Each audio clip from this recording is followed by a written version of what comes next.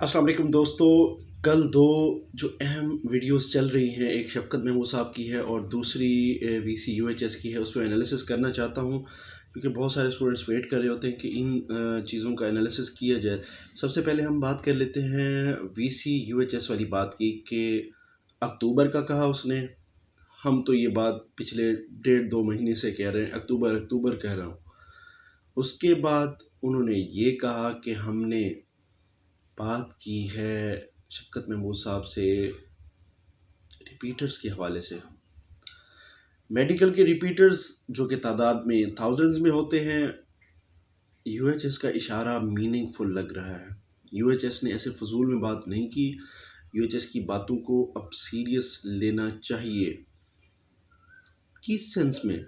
इस सेंस में कि वो बार बार ये परेशानी का शिकार है कि हमारे रिपीटर्स रह ना जाएं, हमारे रिपीटर्स मार ना खा जाएं, क्योंकि बहुत बड़ा प्रोपोर्शन मेडिकल में दाखिले का रिपीटर्स का होता है। आप यूँ समझ लें कि 70% से ज़्यादा लोग जो होते हैं वो रिपीटर्स होते हैं। फिर होना क्या है? होना ये है कि यूएचएस जो इतना ज़्यादा कंसर्न शो कर रहा है, कहीं ऐसा ना हो कि यूएचएस एफएससी के जो एक उभरता हुआ गुबार है वो एमडी कैट की शक्ल में ना निकाल दे। दो चीज़ें करेगा वो। एक तो एमडी कैट को बहुत मुश्किल कर सकता है, यानी वो रिपीटर्स को तो शायद थोड़ा आसान लगे, लेकिन रिपीटर्स को तो वो चीज़ें आसान लगे, लेकिन फ्रेशर के लिए तो वो एक हजम ना होने वाली गोली की शक्ल हो सकते हैं। खैर, ये एक सिनेरियो है। दूसरा सिनेरियो क्या है? दूसरा सिनेरियो ये है कि फिर एमडी कैट की परसेंटेज बढ़ा दी जाए। यूएचएस बहुत सीरियस नज़र आ रहा है। मैं आपको ये चीज़ कह रहा हूँ कि मुझे यूएचएस इस बार बहुत सीरियस लगा रिपीटर्स के मामले में। अलबत्ता फ्रेशर से क्या दुश्मनी हो सकती है यूएचएस की? कोई भी नहीं। असल में वो मेरिट के हवाले से डर रहे हैं कि मेरिट कहीं 93-94% तक ना चला जाए, नम्स की तरह जो पिछले साल हुआ था। तो एक बहुत बड़ा इशू हो जाएगा, बड़ी बात है। दूसरी बात शफ़क़त महमूद साहब की है। शफ़क़त महमूद साहब ने कहा है कि हमने 23 जून तक तमाम सूबों से सिफारिशात मांगनी है कि किस तरह स्कूल खोले जाएं। अब मसला और है। मसला उन्होंने ये कहा कि हमारा प्राइवेट सेक्टर जो है वो बैठता जा रहा है।